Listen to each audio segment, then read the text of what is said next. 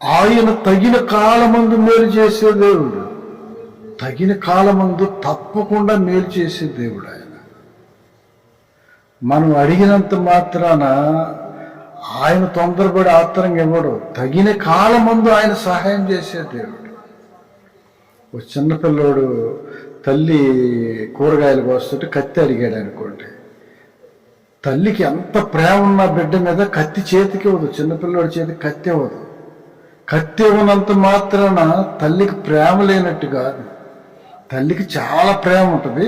ఆ ప్రేమను పట్టి ఆ కత్తి ఇస్తే తనకు అపాయం, తను కోసుకునిద్ది. తను అడిగిన దానివల్ల తనకి అపాయం ఉంది కాబట్టి ఆ సమయంలో తల్లి కత్తి ఇవ్వదు. తను ఎదిగినప్పుడు తల్లే పిలిచిస్తుంది.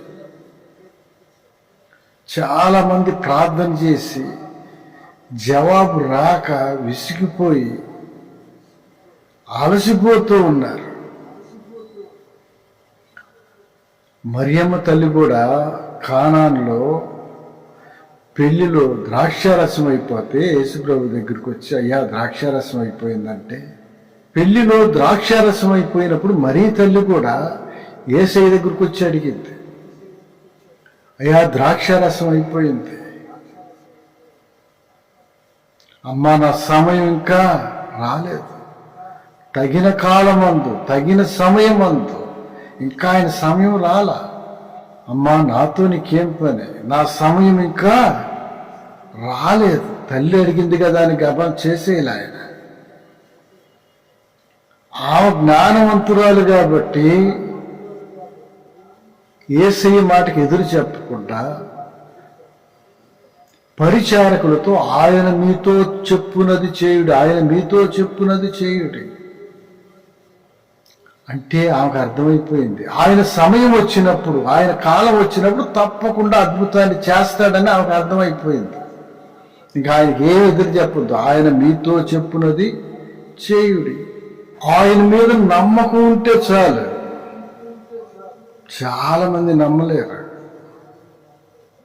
ఆయన మేలు చేసే వరకు ఆగలేరు చాలా మంది.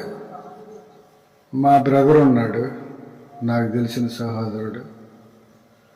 వాళ్ళు అలా ఎదిగిపోయారు, వీళ్ళు ఇలా ఎదిగిపోయారు.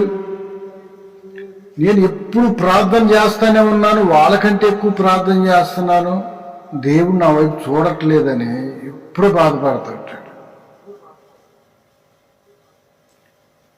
ఆయన దీవించే సమయం వరకు, ఆయన నిన్ను హెచ్చించే సమయం వరకు నువ్వు ఎదురు చూడాలి.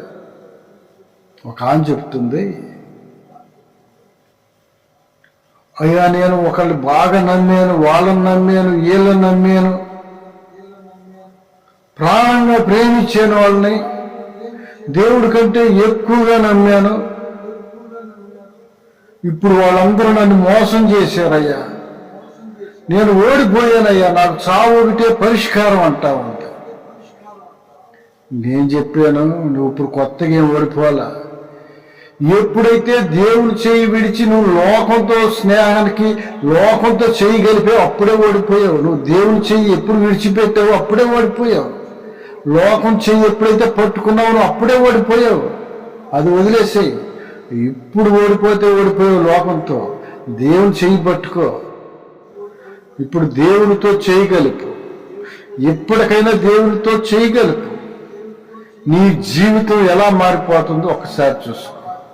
ఇప్పటి వరకు లోకంతో చేయగలిపావు, మోసం చేశారు, నమ్మావు, ప్రేమించావు, అందరం మోసం చేశారు, ఓడిపోయానన్నావు. యేసయ్య చెయ్యి ఎప్పుడైతే విడిచిపెట్టావో ఆ రోజే నువ్వు ఓడిపోయావు. ఇప్పుడు కొత్తగా ఓడిపోలేదు, నువ్వు బాధపడకు. యేసయ్య చెయ్యి పట్టుకో. ఇక నుంచి చెయ్యి వదిలిపెట్టకు, యేసయ్య చెయ్యి విడిచిపెట్టకు. నీ జీవితంలో ఓటమి అనేది ఉండదు.